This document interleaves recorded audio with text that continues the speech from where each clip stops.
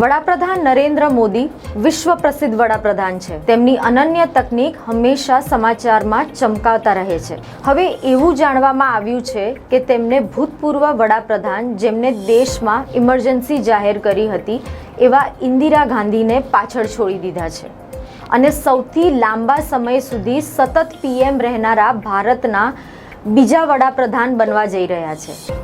તેમને વડાપ્રધાન કાર્યાલયમાં 4078 દિવસ પૂર્ણ કર્યા છે.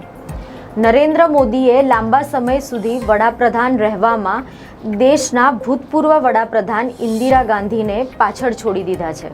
હવે જવાહરલાલ નહેરુ જ નરેન્દ્ર મોદી કરતાં આગળ છે. તે નરેન્દ્ર મોદીએ ઇન્દિરા ગાંધીને પાછળ છોડીને બીજા સૌથી લાંબા સમય સુધી પ્રધાનમંત્રી તરીકે સતત સેવા આપનારા વડાપ્રધાન બન્યા છે.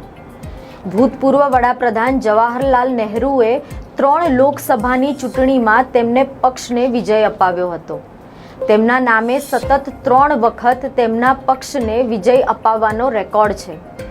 વડાપ્રધાન તરીકે જવાહરલાલ નહેરુએ સતત 6130 દિવસ સુધી દેશની સેવા કરી હતી.